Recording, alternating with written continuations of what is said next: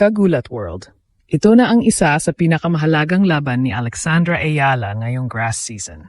Hindi lang simpleng first round match sa Berlin Open ang nakataya. Posibleng nakasalalay dito ang kanyang pangarap na maging seeded player sa Wimbledon. Matapos ang historic Birmingham title run, umakyat si Alex sa paligid ng world number 33 at isang hakbang na lang ang layo mula sa magic number na top 32. Ang top 32 kasi ang karaniwang nakakauha ng seeding sa Wimbledon, kaya bawat ranking point ngayon ay parang ginto para sa kampo ng Pinay Sensation. Pero hindi madali ang susunod na balakid. Sa kanyang pagbubukas ng kampanya sa Berlin Open, makakatapat niya agad ang veteranang Croatian star na si Dona Vekic. Hindi ito ordinaryong kalaban. Si Vekic ay dating Wimbledon semifinalist at kagagaling lang sa malaking titulo matapos talunin si Emma Raducanu sa Queen's Club Final. Ibig sabihin, papasok siya sa laban na puno ng kumpiyansa at momento. May magandang alaala naman si Alex laban kay Vekic. Noong Auckland Open ngayong taon, nagawa niyang talunin ang Croatian star matapos makabawi mula sa pagkatalo sa unang set. Ipinakita niya noon na kaya niyang makipagsabayan sa mas may karanasan at mas malalakas sa damuhan. Ngayon, mas malaki ang nakataya. Kapag nanalo si Alex, hindi lang Berlin Open advancement ang makukuha niya. Mas lalakas din ang tsansa niyang makapasok sa Wimbledon seeding race. Kaya naman nakatutok ngayon, hindi lang ang Pilipinas, kundi pati ang tennis world sa magiging resulta ng laban na ito. Dito malalaman kung handa na ba talaga si Alex para sa susunod na yugto ng kanyang meteoric rise. Kung susuring mabuti, ang laban kontra Dona Vekic ay parang qualifying exam bago ang Wimbledon.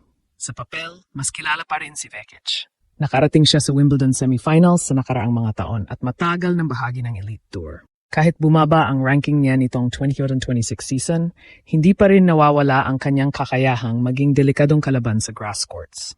Ang kanyang serve at flat ground strokes ay eksaktong klase ng laro na karaniwang nagiging epektibo sa mabilis na damuhan.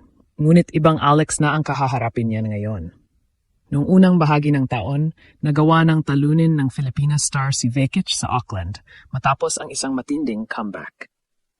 Ang mas mahalaga roon ay hindi lamang ang resulta, kundi ang mensaheng ipinadala nito sa buong WTA Tour. Kaya nang manalo ni Alex laban sa mga veteranong manlalaro.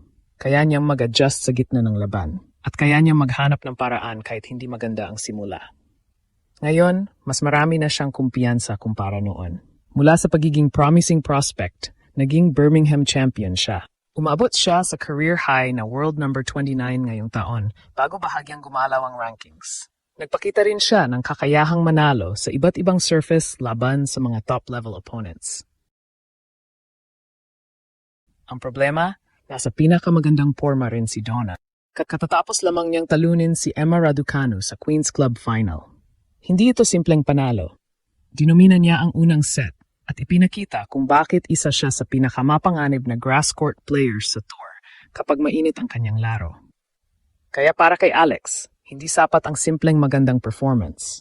Kailangan niyang maglaro ng halos perpektong tennis. Kailangan niyang kontrolin ang rallies. Kailangan niyang pigilan ang malalakas na serve ni Vekic. At higit sa lahat, kailangan niyang samantalahin bawat breakpoint opportunity. Dahil sa puntong ito ng season, bawat panalo ay may direktang epekto sa kanyang Wimbledon dreams. Hindi na lang ito tungkol sa Berlin. Hindi na lang ito tungkol sa ranking. Ito ay tungkol sa pagkakataong makapasok sa Wimbledon bilang isa sa 32 pinakakinatatakutang babae sa buong mundo. At kapag nangyari iyon, tuluyang magbabago ang tingin ng tennis world kay Alex. Habang nakatutok ang karamihan sa resulta ng laban, may mas malaking laban na gagaganap sa likod ng mga numero. Ang laban para sa Wimbledon seeding. Sa kasalukuyan ay world number 33 si Alex. Isang puwesto lamang ang pagitan niya sa inaasam na top 32 cutoff na karaniwang ginagamit sa Wimbledon seeding. Sa madaling salita, isang maliit na paggalaw sa rankings ang magbukas ng napakalaking oportunidad para sa Pinay star. Bakit napakahalaga nito? Dahil kapag seeded ka sa Wimbledon, may iwasan mong makaharap agad ang mga pinakamalakas na manlalaro sa unang dalawang rounds.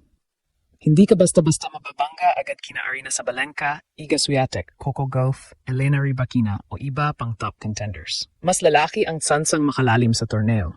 Mas lalaki ang tsansang makakuha ng ranking points. Mas lalaki ang tsansang makagawa ng panibagong kasaysayan.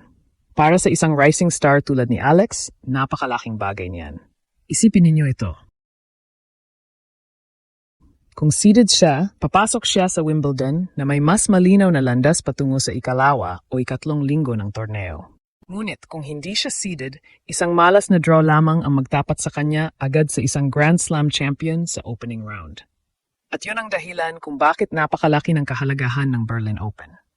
Hindi lamang ito warm-up event. Hindi lamang ito paghahanda para sa Wimbledon. Ito ay maging tulay papunta sa isa sa pinakamalaking strategic advantages ng kanyang career.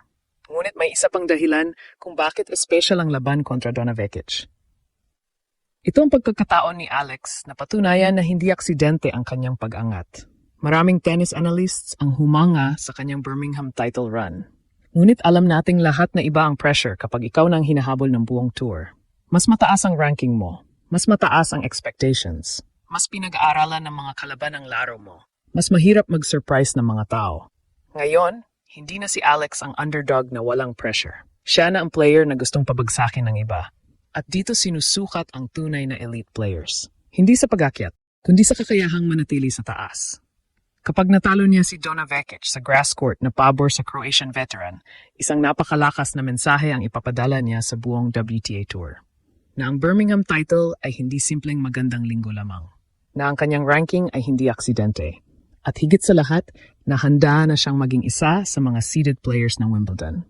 Dahil minsan sa sports, may mga laban na higit pa sa isang panalo. At para kay Alex, iyon mismo ang laban na nasa kanyang harapan ngayon. Talunin si Dona Vekic at bubukas ang pinto patungo sa pinakamatayog na yugto ng kanyang career. At ang nakakakilabot para sa kanyang mga kalaban, pakiramdam ng marami, nagsisimula pa lamang si Alex. Kaya mga kababayan, hindi na lang simpleng first round match ang laban na ito para kay Alex. Ang nakataya rito ay momentum, ranking points, Wimbledon positioning, at posibleng paggamit ng isa sa pinakamahalagang milestone ng kanyang batang karera, ang maging seeded player sa pinaka-prestihiyosong Grand Slam sa mundo. Sa isang banda, nasa harapan niya si Dona Vekic, isang battle-tested veteran na napatunayan na ang sarili sa grass courts. Ngunit sa kabilang banda, dala naman ni Alex ang kumpiyansa ng isang kampiyon, ang tapang ng isang Pinay fighter, at ang paniniwalang kaya niya makipagsabayan sa pinakamahusay sa mundo. Kapag nagtagumpay siya sa Berlin, hindi lamang rankings ang gagalaw.